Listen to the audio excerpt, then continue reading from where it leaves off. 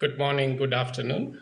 Welcome to this panel on Are Elections Giving Democracy a Bad Name? My name is Arthur Muliro. I am a Deputy Managing Director at the Society for International Development in Rome.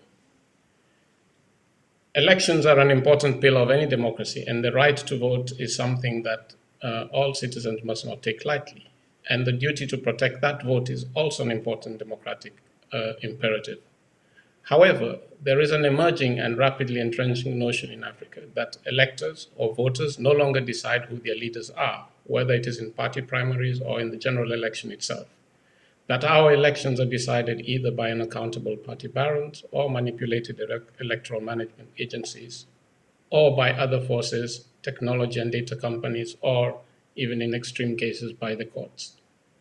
So we have on our continent a widening chasm between voting and counting. It's a kind of strange paradox of inverse literacy, where peasants and voters know how to peacefully cast their ballots during the election day, but then graduates and computers forget how to count on the election night.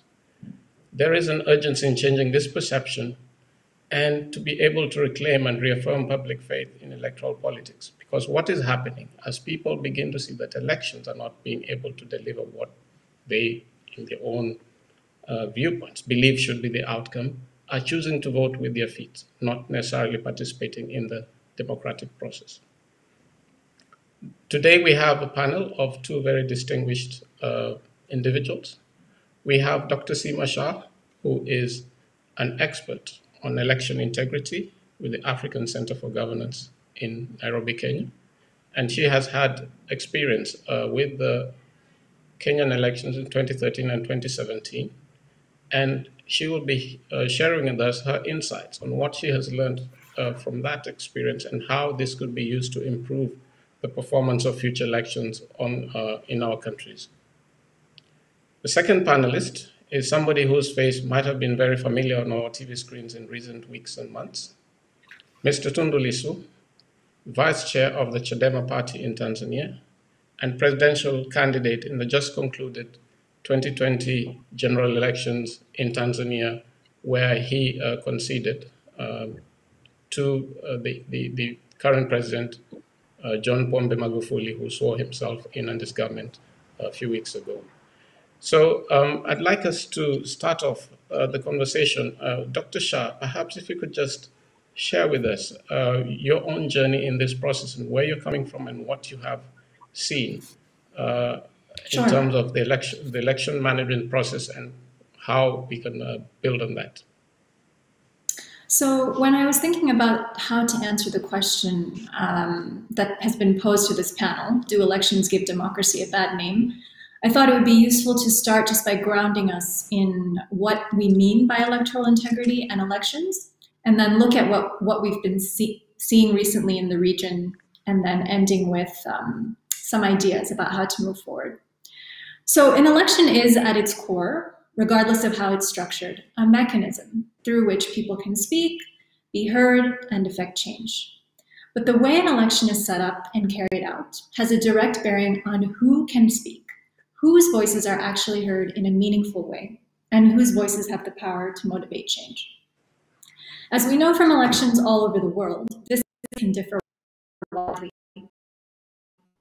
live up to our expectations as this vehicle through which all people can speak. The fundamental premise of electoral integrity is the electoral cycle. The first thing to remember is that the part of the election that we all get excited about, the results, is actually a very small part of the process. Elections are multi-phased, interlinked cycles broken up into several discrete phases, each of which consists of multiple activities. Each activity and phase must have credibility in order for the whole process to have credibility and for the results to have public legitimacy. A problem or error in one phase can easily have serious effects later in the cycle. So there isn't wide consensus on exactly what electoral integrity means, but there is consensus that a credible election is one that, at minimum, is in line with international human rights law and is marked by integrity throughout the entire electoral cycle. So there are international conventions and global norms embodied in treaties like the Universal Declaration of Human Rights and the ICCPR, although not just those, that apply universally to all countries worldwide throughout the entire electoral cycle. So with that understanding of what electoral integrity is, what do we know about how we're doing? We've all seen the legitimacy of elections being questioned around the world, from the US to Georgia to Tanzania. The COVID-19 pandemic has brought on even more challenges to an already complex process. The Global State of Democracy analysis conducted by International IDEA shows that regional levels of clean elections have actually flatlined since 2000, whether that's good or bad. And what about in Africa and East Africa? There are a wide range of electoral integrity scores across the continent of Africa. Average scores from the Perceptions of Electoral Integrity Index over the years 2012 to 2018 range from a high mark of 29th place in the world for Cape Verde to 167th place out of 167 for Ethiopia. Between 1975 and 2019, this Global State of Democracy analysis shows that clean elections in East Africa was only ever at a high of 0.36 out of 1. Compare that to a high of 0.59 for West Africa. Scores in East Africa have gone down since 2005, and in 2019, they were down as a region to 0.30. The Perceptions of Electoral Integrity Index analysis also shows that campaign finance and voter registration are amongst the weakest parts of the electoral cycle across the continent. And we've seen this recently. I'm not going to repeat the examples from Uganda that we've just heard about, but we know this morning that Bobby Wine was arrested and detained, and this is the second time in a month that that has happened.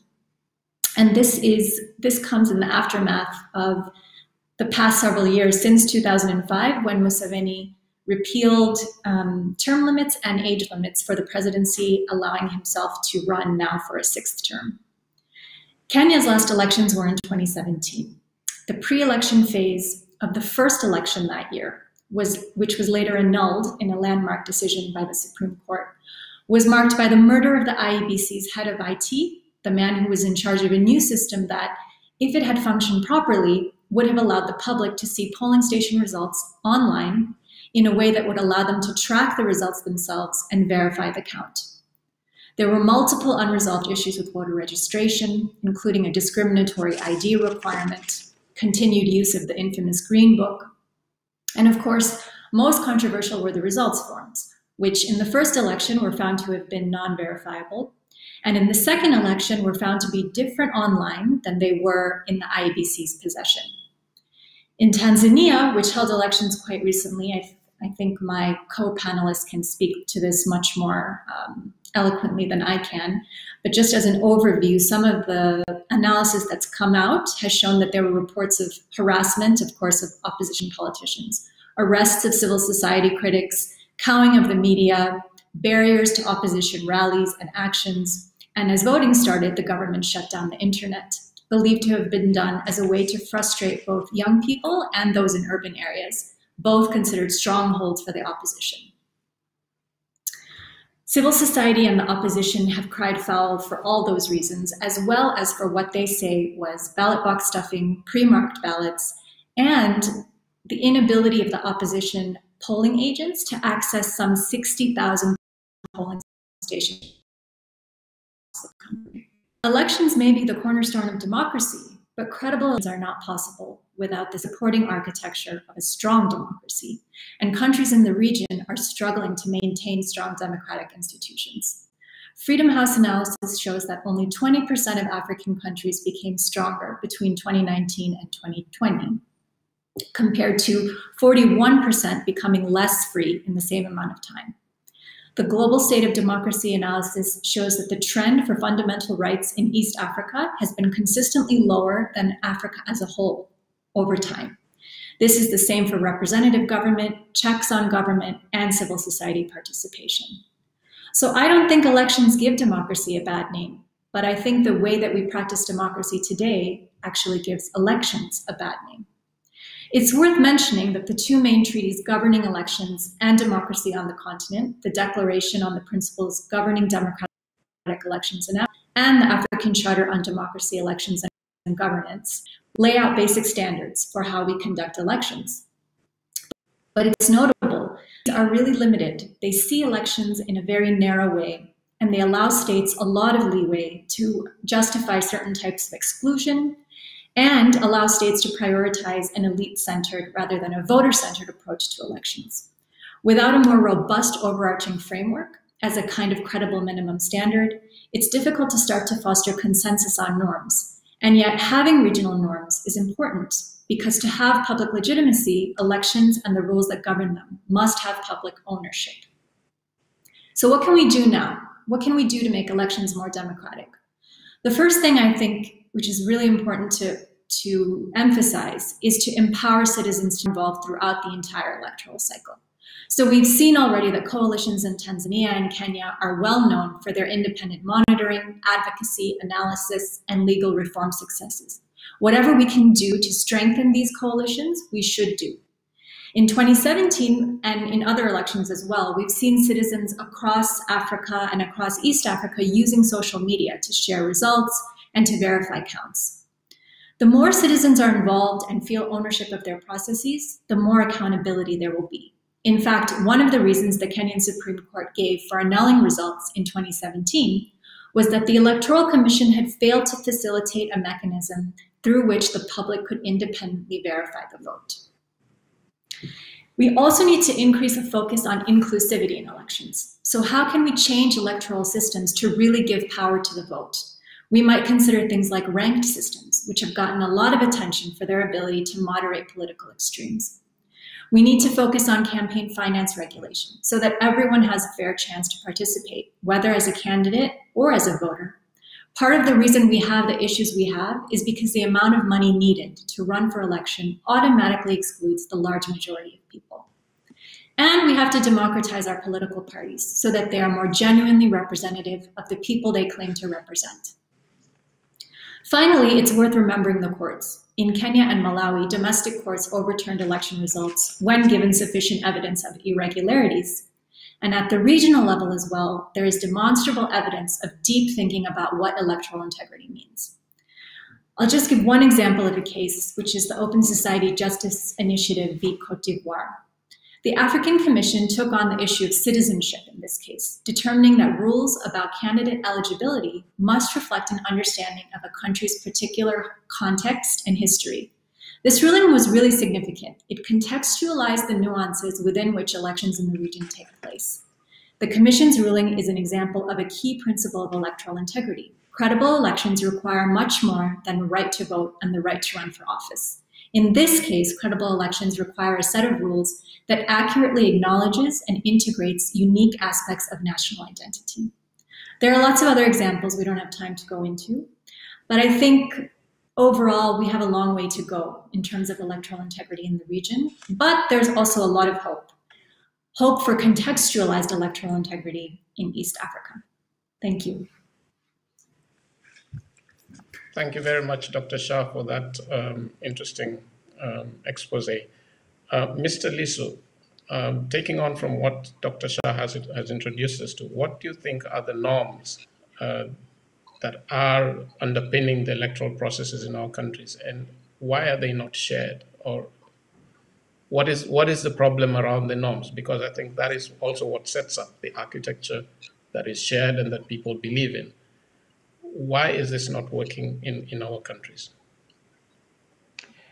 First of all, good morning and good afternoon, everyone, and thank you for having me on this eminent panel on this important subject.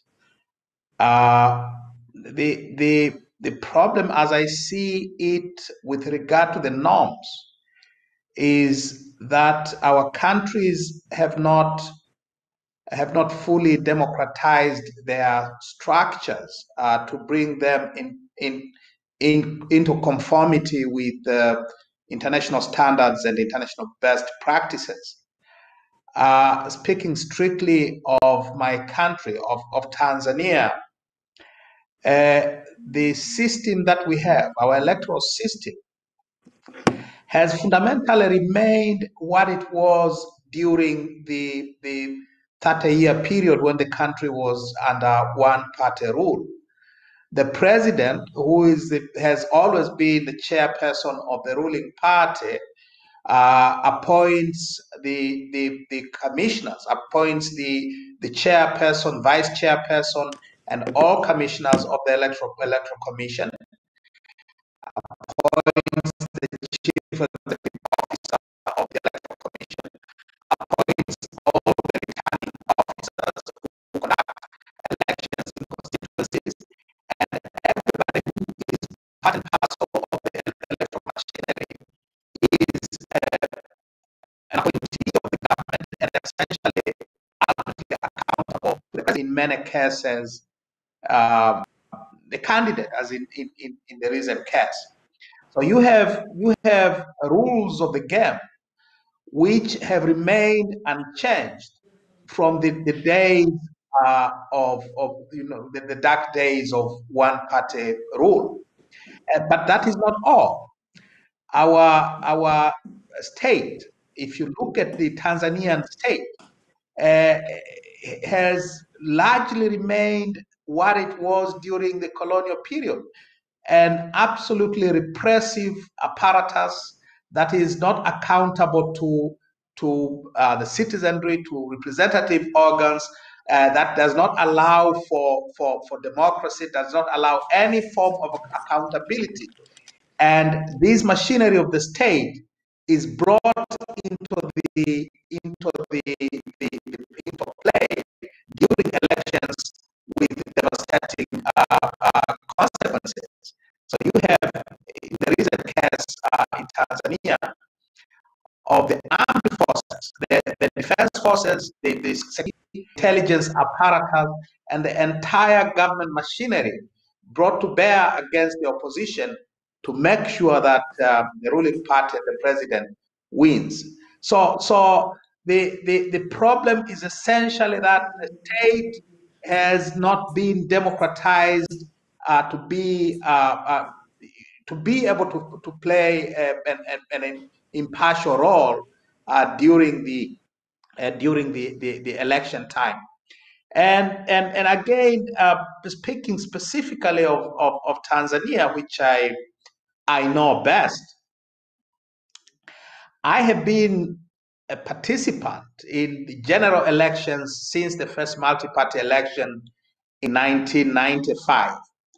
And I can say that there has never been an impartial machinery of the government during elections. And therefore, if we want elections to be conducted in accordance with international best practices, if we want democratic elections, the first thing that we need to do is not necessarily to change the norms, it is to democratize the state, to break the stranglehold on the machinery of the state that is exercised by a sitting president or a sitting head of state, and that stranglehold is brought to bear to subvert democratic elections.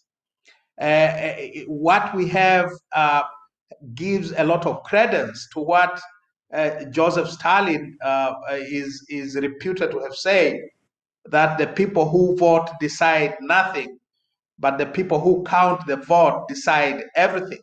We have to make sure that the people who vote count for everything, and the people who count the vote actually help the people who vote to realize their decision, to realize their votes.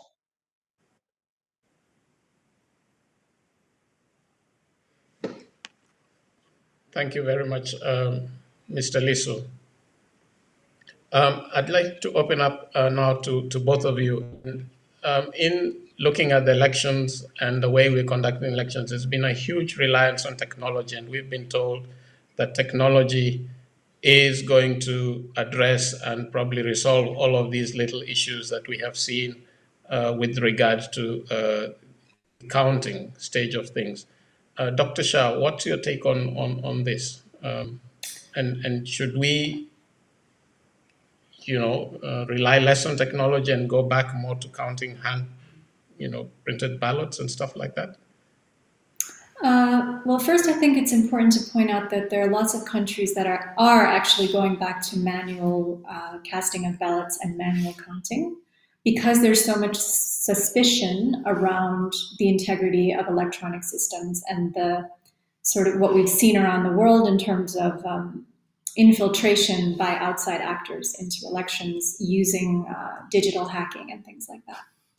But I think regardless of whether you choose manual or technology, technology is only as good as the people that are running it, right? And so if there isn't the proper legal framework in place, if there isn't the will by the people who are administering those technological systems to hold a credible election, then there won't be a credible election. Technology alone is not going to ensure that. It's people at the end of the day that control that technology. And I think I really appreciated what Mr. Lissu just said about this. We need to remember that the structures of democracy and of governance in this region have not been significantly reformed since colonialism. So when colonial actors left, the leaders that came into power just became leaders of political institutions which were not centered around the people. Those political institutions were centered around the leaders and around elites, and were made, purposely designed to sort of benefit an elite class and not think about what's best for the people. And that applies to elections as well, right? So when we see now how elections are administered, we don't see voter-centered processes. We see processes which benefit politicians, which benefit administrators, which make life for the people running elections easier than it makes life for the people who are voting, which is the opposite of how it's meant to be. And that is a remnant of the fact that we have not made those structural and institutional reforms to governance institutions that we need to. So in terms of your question, I think there's a lot of danger in technology for sure, but I think there's a lot of danger in manual counts as well. And we have to think, like I said, about the institution and the people we're relying on. Thank you very much for that. Sure, Mr. Lissu. The question of technology and the elections is a very interesting subject, particularly for a country like Tanzania, which our electoral law, our National Elections Act, does not actually allow the use of these electronic technologies for use during elections. Our electoral law still mandates manual voting and manual counting of the votes. The law has not changed much since it was first enacted in 1985.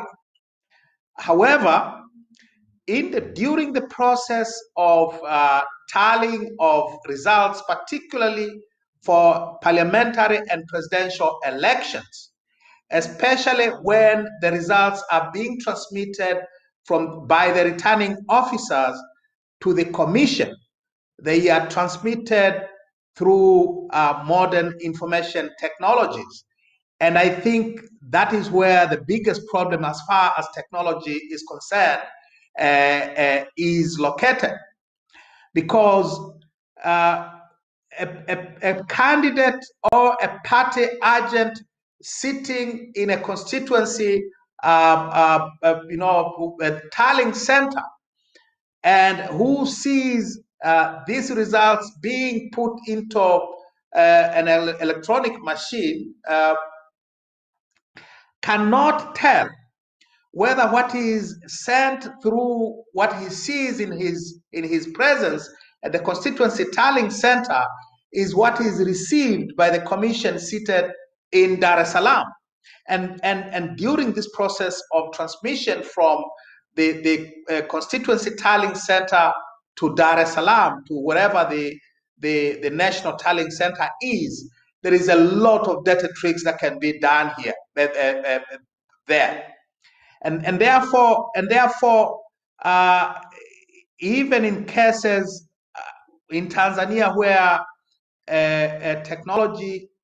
modern technology is used during the transmission, it is problematic because there is no system for making sure that what is transmitted is what is received at the National Tallying Center, and that is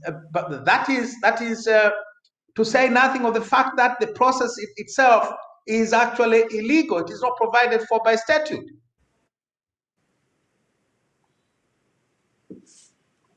Interesting.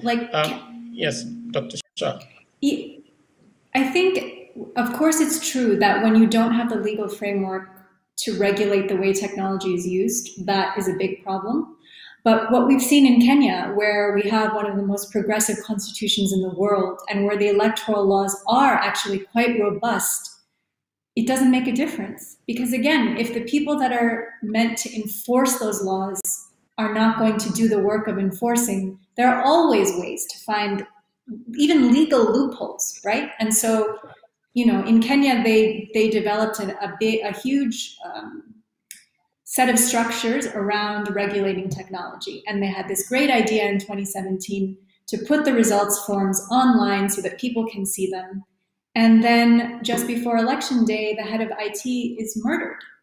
That's quite a statement, regardless of the law. Yeah. I'd like to move on to a point that was touched on. You both alluded to it in different ways. But you mentioned that unless there are deep structural reforms that allow the system to be more inclusive, it is unlikely that those who are in control of the system will allow it to actually achieve the purpose for which it is set up. So how is it that we can actually embark on a process by which we open up such that these institutions actually work and deliver the results that they are supposed to deliver? Because the political economy of the electoral system, as it were today, is in the hands of individuals who would not want it to, to deliver a loss to them. So how can we address this challenge in order to be able to make the whole electoral system and electoral process, acceptable to the people who participate in it? I think the first place to start would be to figure out how to create decision-making power that is not solely in the hands of people who have a vested interest in the outcome. So you can't have politicians who are looking to run for re-election create the laws around elections or the structures that govern the way elections are run. That it makes no sense to do that. We need to have more inclusion in that process. And so when, for instance, the Constitution was being written in Kenya, that process included, visits by the writing team all around the country to ask people what it is they wanted on specific issues. If we're going to reform elections, that's what we need. We need to know what it is that people want. We need to know how people define electoral integrity. What's important to them? Then we take those views, match it against, the best lessons we've learned from around the world, and figure out how to change the structures that we need to change. But we need citizen voice in that. Okay, thank you, Dr. Shah. Mr. Lissu? I think we have to go back to the old-fashioned question of democracy. We have to win the battle for democracy. We have to win the battle of democracy.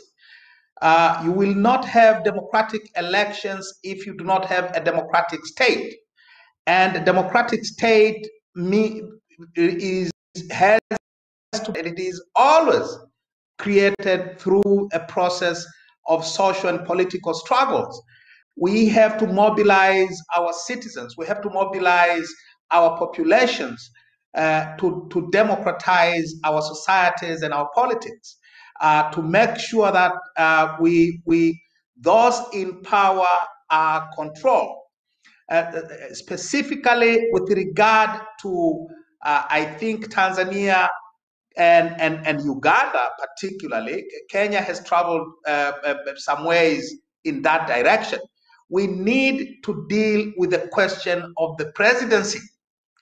Our presidents are emperors and 18th century imperial rulers. They are almost totally above the law. They are accountable only to themselves.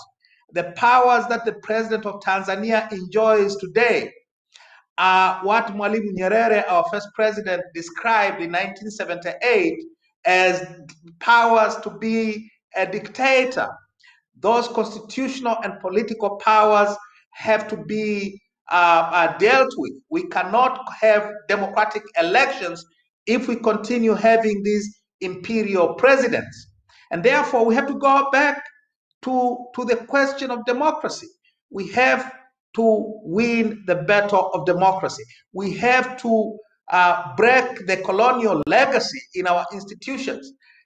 The most striking thing about Tanzania, if one looks at our history and our present, is the striking continuity between the structures of the colonial state, that concentration of powers that the colonial governors had during colonial period have been even more consolidated during the 60 years of independence. That has to be dealt with.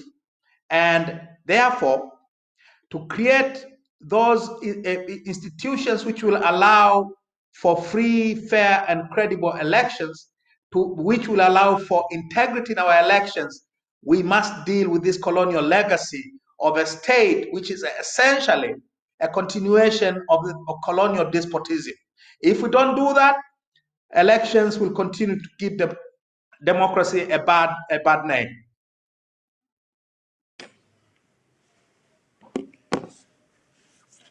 Thank you. Now, we also have the strange, and I hear what you're saying, that we need to reform the powers that are centralized around the institution of the presidency.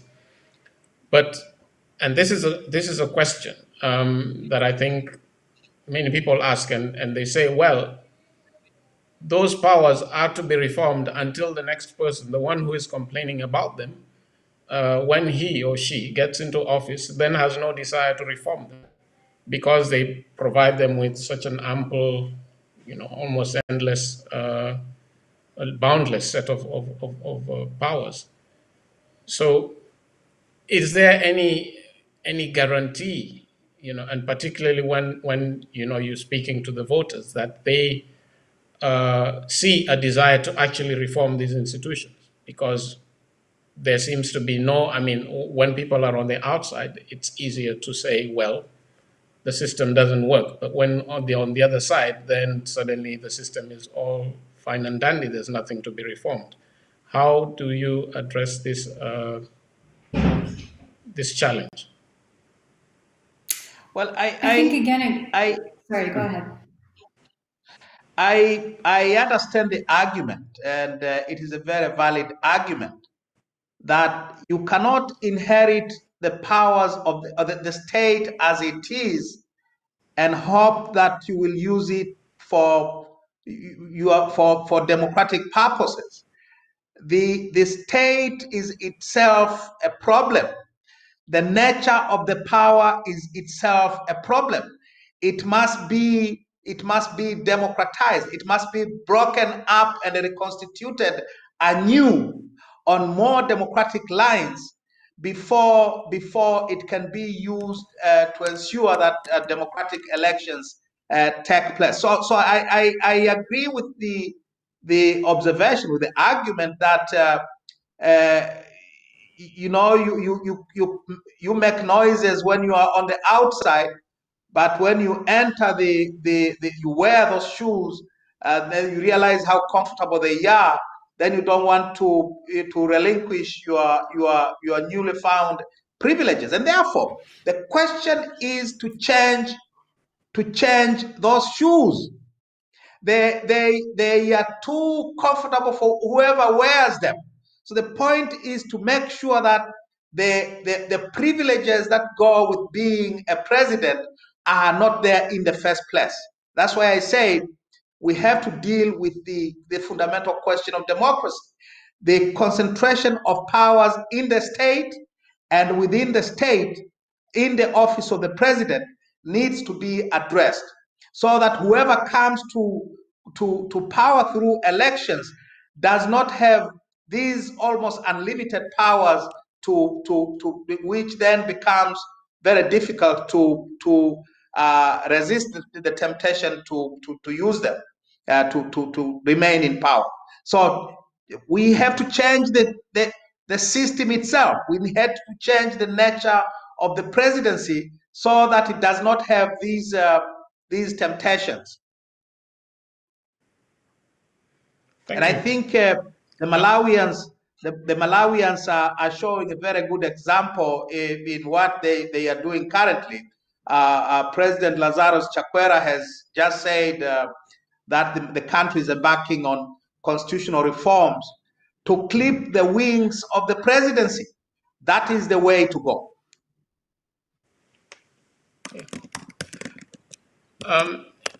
We have some questions coming in from the audience on the live stream. And this is a question to you, Mr. Lissu, but Dr. Shah, you can also weigh in. I'm sure you have a point of view.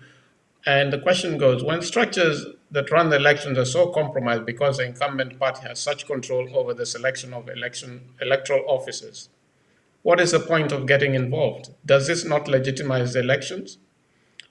By Lissu participating in the recent elections under the rules, does it not legitimize the elections?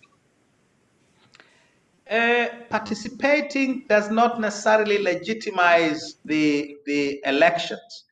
What we've just seen in Tanzania, almost the entire country is appalled by what happened on election day on October 28th. On the other hand, I have never, for a participant in all previous general elections, I can tell you that I have never seen Tanzanians that happy before. I have never seen Tanzanians that optimistic before. I have not seen Tanzanians that hopeful before, as I saw during the past 3 months. The people were absolutely optimistic that something good was going to come out of this thing, and I don't believe for once that by participating in this 3 months exercise, I or my colleagues or the millions of people who came to my meetings legitimated the spoliation of democracy that happened on October 28th. Actually, there's almost on mourning because their hopes, their dreams, and their expectations were completely dashed on election day. So participating does not necessarily justify legitimize the outcome. We have said, for instance, that we considering what happened, this was not an election, but that is not to say that the 3 months campaigning, the mobilizing, the masses that we did was a useless exercise. It wasn't. I think the people of Tanzania realized the difference between the process up to election day and what happened on election day. I don't think that participating legitimizes a compromised election. I think it depends on by the law and the rules, and tries to run an honest campaign. That will, as we have seen, will be met by incumbents with force and opposition, and that reveals what's actually going on. It actually delegitimizes it because people can see that candidates who are trying their best are not given a fair chance because incumbents are able to use state resources and power in an unfair way. In 2017, the opposition boycotted the second election. And while we could all understand the impetus for that and the motivation for that, unless something like that is part of a bigger purpose, it's not going to help. So after the boycott, eventually, you know, there was a quote unquote handshake where then opposition supporters felt like their leader had sold out. What was the point of boycotting the election and, you know, not having a say in who's going to be your elected leader, if at the end of the day none of that sacrifice was going to result in some kind of tangible action or tangible change? So if you aren't going to participate, then you have to make that lack of participation something that is bigger and broader and something that is going to eventually result in some kind of change for the people that support you. Otherwise, it's I don't really see how staying out of the process is helpful, because even if you engage in a process that you don't agree with, at least you have a chance to show yourself and to say something and to try and make reforms from the inside. Whereas if you just, you know, sort of bow out, there's none of that.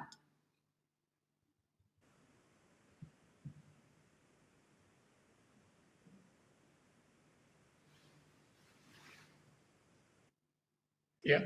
Okay. I think Dr. Shah is over. Okay, we're coming to the end of the panel, and I'd just maybe like us to get from both of the panelists a sense of what do you see are the future prospects, and are you hopeful for the future of electoral democracy in the region?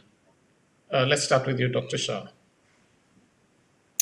I am cautiously hopeful. I think that there's so much interest and enthusiasm among the public, and especially the young public in East Africa, and they've been able to use tools like social media to become more involved and to become more engaged and to make their voices heard. And I think if that trend continues, that's one sort of path to some kind of reform. I also think that we've now seen in Kenya, right, and Malawi, that the courts can stand up and say something if they don't agree that an election was credible. And so that kind of precedent, I think, is also incredibly inspiring and gives us hope for the future. But again, the reason I'm cautious about it is because as much as we see the excitement for change coming from the bottom up, unless those institutions at the top are changed, we're going to have the same patterns again and again. Thank you very much. Mr. Lissu? In the short and medium term, things are going to be very rough, especially for Tanzania and Uganda. These autocrats are not going to bow out of the political stage willingly or quietly. They will try their damnedest to hang on to power. But I believe, and this is where my hope is, I believe that the masses of the people of Tanzania and Uganda can no longer tolerate this kind of abusive dictatorships, and therefore the people will fight back. Resistance will grow. The mass popular movements will eventually win and create more democratic structures for the two countries. I'm more hopeful for Kenya in the short and medium term, and even in the long term, because the Kenyan people, what the Kenyan people have shown in recent years, in recent decades, actually, is that they have a very short tolerance for very little tolerance for dictators, and the Kenyan people will not accept anything less than better structures for getting their leaders. So in the medium and short term, Tanzania and Uganda will be very rough, will be very difficult. In the long term, we'll build our democracies. It will be painful, as it has always been. It will be costly in terms of lives, freedoms, property, but that is the way of history. Eventually, we'll launch our countries and our societies on more democratic and more just footings, with more and more democratic elections.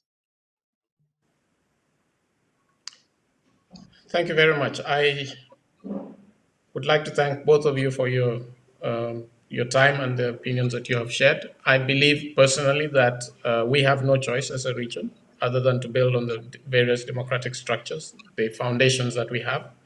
And it is not going to be anything that happens overnight, but it's going to be a challenge. And I think that is incumbent on all of us, independently of what political stripes or shades we ascribe to come together and to find a space where we can converge and begin to thrash out our differences. Because at the end of the day, we have no other countries that we can go to. Either we build our own or there is nowhere else to go to. Thank you very much, ladies and gentlemen, and to the audience. And I wish you all a pleasant day. Thank you.